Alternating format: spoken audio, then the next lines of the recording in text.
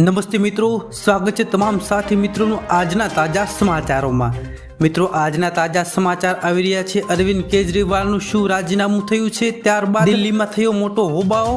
અરવિંદ કેજરીવાલે દિલ્હી હાઈકોર્ટના નિર્ણયને પડકાર્યો। ત્યારબાદના સમાચાર, ડુપ્લિકેટ તેલ વેચાણનું કૌભાંડ આવ્યું સામે। જાણી લો તમામ મિત્રો કેવી રીતે વેચાય છે નકલી તેલ। ત્યારબાદ ખેડૂતોના દેવા માફ અને રક્ષણની ખાતરી આપી કોંગ્રેસે। ત્યારબાદ અગત્યના સમાચાર, રોકેટની ગતિએ સોના ચાંદીના ભાવમાં તેજીનો વધારો। ત્યારબાદ ગરમી શરૂ થતા જ લીંબુના ભાવ આસમાને અને આજના સૌથી મોટા ખેડૂત સમાચાર। ત્યારબાદ વાવણી લાયક વરસાદ। આ મહિનામાં 5 ગ્રહો ભેગા થશે અને આ ખેડૂતનું અનોખા અભ્યાસથી વરસાદની આગાહી। ત્યારબાદના સમાચાર, ક્ષત્રિય સમાજનું મહાસંમેલન લેવાયો અગત્યનો નિર્ણય। તો મિત્રો, આ તમામ લોકોપયોગી અને ખેડૂતલક્ષી સમાચાર જણાવું તે પહેલા આપને જણાવી દઉં કે મિત્રો વિડીયોને અંત સુધી જોઈ લેજો, કેમ કે તમામ સમાચાર, તમામ માહિતી ઉપયોગી અને કામની છે। અને હા મિત્રો, જો વિડીયો પસંદ આવે તો વિડીયોને લાઈક કરજો અને શેર કરજો। અને જો તમે અમારી ચેનલ પર નવા આવ્યા છો તો નીચે આપેલું લાલ કલરનું સબસ્ક્રાઇબ બટન દબાવી અમારી ગુજ્જુ માહિતી યુટ્યુબ ચેનલને સબસ્ક્રાઇબ કરી લેજો। તો મિત્રો, જોઈએ આ તમામ સમાચારો વિસ્તારમાં। સૌથી પહેલા સમાચાર ઉપર નજર કરીએ તો ડુપ્લિકેટ તેલ વેચાણનું કૌભાંડ સામે આવ્યું છે। વલસાડના શાકભાજી માર્કેટમાં એક કરિયાણાની દુકાનમાં તિરુપતિ બ્રાન્ડના તેલના નામે ડુપ્લિકેટ તેલનું વેચાણ કરવામાં આવતા હોવાનું કૌભાંડ પર્દાફાશ થયું છે। કંપનીના અધિકારીઓ ગ્રાહક બનીને દુકાનમાં ગયા હતા અને બ્રાન્ડના નામે વેચાતા તેલના જથ્થાને ઝડપી પાડ્યો હતો। આ બનાવ અંગે સિટી પોલીસને જાણ કરવામાં આવતા સિટી પોલીસે શંકાસ્પદ તેલના 16 જેટલા ડબ્બા જપ્ત કરીને આગળની કાર્યવાહી હાથ ધરવામાં આવી હતી। આ અંગે પ્રાપ્ત વિગતો અનુસાર વલસાડ શહેરમાં ન્યૂ શાકભાજી માર્કેટમાં આવેલી આ દુકાનમાં નકલી તેલ વેચવામાં આવ્યું હતું। આ વિસ્તારમાં આવેલ વખારિયા હોલ પાસેની એક અનાજ કરિયાણાની દુકાનમાં વેપારીઓ તિરુપતિ બ્રાન્ડ નામે હલકી કક્ષાના ખાદ્ય તેલનું વેચાણ કરી રહ્યા હોવાની ફરિયાદ સામે આવી છે અને લોકો સામે ખોટા નાટકો કરી રહ્યા છે। ત્યારબાદના સમાચાર, રોકેટની ગતિએ સોના ચાંદીના ભાવ। સોના અને ચાંદીના ભાવમાં ધરખમ વધારો થઈ રહ્યો છે। બુલિયન માર્કેટિંગ સોના અને ચાંદીના ભાવમાં 7મા આસમાને છે। તેમ છતાં સોના ચાંદીની ખરીદીમાં કોઈ ઘટાડો થયો નથી। આપણે જણાવી દઈએ કે એપ્રિલની શરૂઆતથી જ સોનું અને ચાંદીના ભાવમાં તેમના અગાઉના તમામ રેકોર્ડ તોડી નાખ્યા છે। હાલમાં સોના અને ચાંદીના ભાવ સર્વકાલીન ઊંચાઈએ છે। બુધવારે હિન્દુ નવા વર્ષના બીજા દિવસે બુલિયન માર્કેટિંગ ફરીથી નોંધપાત્ર વધારો જોવા મળી રહ્યો હતો। આજે 24 કેરેટ સોનું 10 ગ્રામ 74,250 રૂપિયા વેચાઈ રહ્યું છે। ચાંદી પણ મોંઘું થઈ રહ્યું છે। ભાવ વધારા પાછળનું કારણ ભારતીય બજારોમાં હાલમાં સોનું 7,000 રૂપિયા પ્રતિ ગ્રામથી વધુ વેચાઈ રહ્યું છે। છેલ્લા 2 વર્ષમાં, ખાસ કરીને છેલ્લા 6 મહિનામાં સોનાના ભાવમાં જે ઝડપી વધારો થયો છે, એવું કહેવામાં આવ્યું છે કે વિશ્વમાં જ્યારે પણ ભયનો માહોલ વધે છે ત્યારે અર્થતંત્ર ઉપર મોટી અસર પહોંચે છે અને સોનાના ભાવમાં વધારો થાય છે। અત્યારે વિશ્વમાં 2 યુદ્ધ ચાલી રહ્યા હોવાથી આ ભાવ કદાચ વધી રહ્યું છે।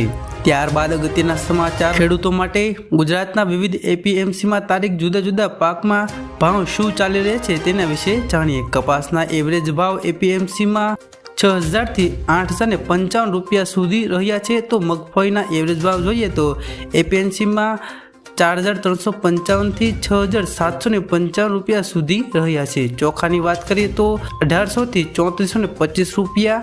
ઘઉંના એવરેજ 2,000 રૂપિયાથી 3,565 રૂપિયા સુધી રહ્યા છે। બજારની જો વાત કરીએ તો બાજરામાં 1,850 થી 2,695 રૂપિયા સુધી રહ્યા છે। જુવારમાં 1,500 થી 4,900 રૂપિયા સુધી રહ્યા છે રાજકોટ એપીએમસીમાં। તો આ ભાવની આજુબાજુ જ ગુજરાતના લગભગ તમામ માર્કેટ યાર્ડમાં ભાવો ચાલતા હોય છે। ત્યારબાદ અગત્યના સમાચાર, દિલ્હીમાં મોટો હોબાળો। રાજધાની દિલ્હીમાં ભારતીય જનતા પાર્ટીના કાર્યકરો પ્રદર્શન કરી રહ્યા છે। આપ કાર્યાલયની બહાર ભેગા થયેલ આ કાર્યકરો વિખેરવા માટે પોલીસ વોટર કેનનો ઉપયોગ કરી રહ્યા છે, પરંતુ વિરોધીઓ પીછેહટ કરવા તૈયાર નથી. આ કાર્યકરો મુખ્યમંત્રી અરવિંદ કેજરીવાલ વિરુદ્ધ સૂત્રોચ્ચાર કરી રહ્યા છે અને તેમના રાજીનામાની માંગ કરી રહ્યા છે. પ્રદર્શન દરમિયાન ભાજપના પ્રદેશ અધ્યક્ષ વિરેન્દ્ર સચદેવા ઘાયલ થયા છે. તો સાથે અરવિંદ કેજરીવાલનું રાજીનામા અંગે પણ મોટા સમાચાર. દિલ્હી હાઈકોર્ટમાંથી મુખ્યમંત્રી અરવિંદ કેજરીવાલને મોટી રાહત મળી છે.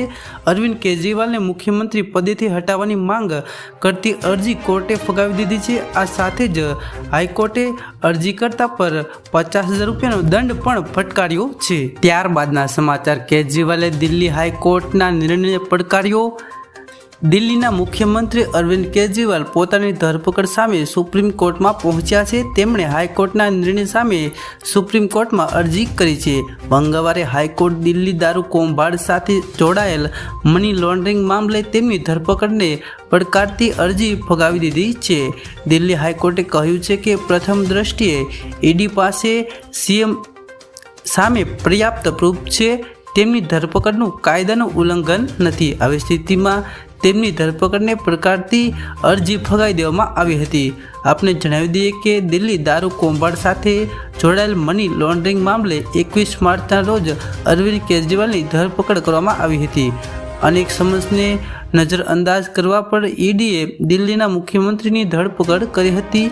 15 એપ્રિલ સુધી ન્યાયિક કસ્ટડી કેજરીવાલ દિલ્હી તિહાર જેલમાં બંધ રહેશે. ત્યારબાદના સમાચાર. ગરમી શરૂ થતાં જ લીંબુના ભાવમાં ઉછાળો. અમદાવાદના લીંબુના ભાવમાં આસમાને પહોંચી ગયા છે. ઉનાળાની ગરમી શરૂઆત થતાં જ લીંબુનો બજારમાં ઉપાડ વધવાથી સાથે જ લીંબુના ભાવ ડબલ સેન્ચુરી ફટકારે છે. રિટેલર માર્કેટિંગ 1 કિલો લીંબુના ભાવ 200 થી 220 રૂપિયા છે. હજુ થોડા સમય પહેલાં જ હોલસેલમાં લીંબુનો ભાવ 40 રૂપિયા પ્રતિ કિલો વેચાતા હતા, જ્યારે રિટેલરમાં 80 થી 100 રૂપિયા કિલો વેચાતા હતા. તો ગરમી શરૂ થતાં જ લીંબુના ભાવ આસમાને પહોંચ્યા છે. ત્યારબાદના સમાચાર. ખેડૂતોના દેવા માફ અને રક્ષણની ખાતરી કોંગ્રેસે આપી છે. કોંગ્રેસના લોકસભા ઉમેદવાર નિતેશ લાલણ ગ્રામ સ્તરે પ્રચાર જોર પકડી રહ્યો છે.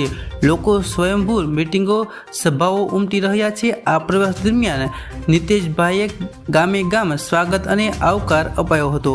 પ્રવાસ દરમિયાન રસ્તાઓ ખરાબ હાલત, ખેડૂતોના પ્રશ્નો, નર્મદા યોજના, પાક નુકસાની વળતર, મોંઘવારી, ખનિજ ઉત્ખનન જેવા સંજોગોમાં પરિવર્તન લાવી કેન્દ્રમાં કોંગ્રેસની સરકાર. કચ્છના સાંસદ તરીકે યુવા ઉમેદવાર નિતેશ લાલણને જીતાડવા કોંગ્રેસ તરફી મતદાન કરવા માટે યજુવેન્દ્રસિંહ જાડેજાએ આહવાન કર્યું છે.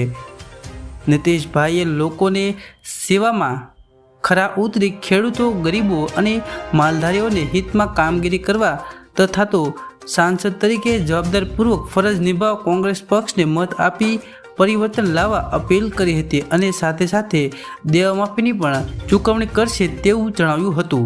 ત્યારબાદના સમાચાર. વાવણી લાયક વરસાદ. આ ખેડૂતે અનોખા અભ્યાસથી આગાહી કરી છે. ટંકારાના નેસડા ખાનપરના આકાશ દર્શના અભ્યાસુ કિશોરભાઈ ભાડજાએ કોઠાસૂજી આકાશ દર્શના અભ્યાસ આધારે આગાહી કરેલ છે, જેમાં તેમણે જણાવ્યું છે કે ચાલુ વર્ષે જૂન મહિનામાં બીજા અઠવાડિયે તોફાની બેટિંગ સાથે વરસાદ થશે અને જુલાઈ મહિનામાં મેઘરાજા મન મૂકીને વરસી પડશે અને ભાદરવામાં પણ ભરપૂર વરસાદ પડશે. ટંકારા તાલુકાના નેસડા ખાનપુરના ખેડૂત અને આકાશ દર્શના અભ્યાસુ કિશોરભાઈ ભાડજા પોતાની કોઠાસૂઝથી પ્રતિ વર્ષે વરસાદની આગાહી કરી છે. વાવણી લાયક વરસાદ એટલે કે સાર્વત્રિક વરસાદનું ચોમાસું એક અઠવાડિયા પહેલાં જ 12 જૂને થશે. તોફાની બેટિંગ સાથે વરસાદ આવી પહોંચશે. ઓણ સાલ જૂન મહિનામાં 6/6/2024ને ગુરુવાર 5 ગ્રહો ભેગા થશે અને જેઠ વદ પખવાડિયું 13 દિવસનું છે. રોહિણી નક્ષત્ર ઉતરતા જ છેલ્લા દિવસોમાં અમુક વિસ્તારોમાં રોહિણી રેલાઈ મૃગશીર્ષ બેસતા જ પ્રી મોન્સૂન એક્ટિવિટી આરંભ થશે અને એક અઠવાડિયા પહેલા જ 12 જૂને વરસાદ તીર વેગે આકાશમાંથી ઉતરી પડશે. ઘણા વિસ્તારમાં વાવણી થઈ જાય પછી 15 જૂન થઈ ચોમાસું નબળું પડી આંધ્રા અમુક વિસ્તારોમાં વરસી પડશે. અષાઢ સુદ પાંચમથી પૂનમ સુધી 11 જુલાઈથી 21 જુલાઈ સુધીમાં સાર્વત્રિક વરસાદનો રાઉન્ડ નદી નાળા તલાવડી છલકાઈ જશે. સૂર્ય નક્ષત્ર પુનર્વસુ અડધેથી ચોમાસું જામશે. પુષ્પ નક્ષત્ર ઉતરતા નાનકડો રાઉન્ડ રહેશે. અશ્લેષા નક્ષત્ર કોઈક વિસ્તારમાં હળવો વરસાદ અને જન્માષ્ટમી નજીક 26 ઓગસ્ટ વધુ એક મોટો રાઉન્ડ આવશે. આકાશ દર્શનના વર્ષોથી ચાલતી પરંપરા છે, તેના ઉપરની તારણ સંભાવના શક્યતાઓ દર્શાવી શકાય છે. છેલ્લા 6 વર્ષની આગાહી સચોટ રીતે સાચી પડે છે, પરંતુ હવે શરૂઆતના દિવસોમાં ક્લાઇમેટ ચેન્જ હવામાનમાં બદલવાની ભયંકર અસર વર્તાઈ રહી છે. ત્યારબાદના સમાચાર પરસોત્તમ રૂપાલાને લઈ ક્ષત્રિય સમાજનું મહાસંમેલન. મોટો નિર્ણય પરસોત્તમ રૂપાલાના વિરોધમાં રાજકોટ મોરબી રોડ પર રવિવારે ક્ષત્રિય સમાજનું સંમેલન યોજાશે. વિશાળ સંખ્યામાં ક્ષત્રિય સમાજના ભાઈઓ અને બહેનો હાજર રહે તેવી શક્યતા છે. અમદાવાદ ખાતે મળેલી બેઠકમાં આ નિર્ણય લેવાયો છે. આમ 14 તારીખે રાજકોટમાં સંમેલન યોજાશે, જ્યારે 16 તારીખે ભાજપ ઉમેદવાર પરસોત્તમ રૂપાલા જનસભાને સંબોધિત કરી કલેક્ટર કચેરી ખાતે ફોર્મ ભરવા જશે. ત્યારબાદ અગત્યના સમાચાર સરકારી કર્મચારીઓ માટે મિની વેકેશન. સરકારી કર્મચારીને નાના મોટા તહેવારોની રજા આવતી હોય છે અને ક્યારેક સળંગ રજા આવતી જતી હોય છે, ત્યારે ક્યારેક એકાદ દિવસની રજા મૂકતા સળંગ રજા મળી જતી હોય છે. તેથી સરકારી કર્મચારીને જલસા પડી જતા હોય છે.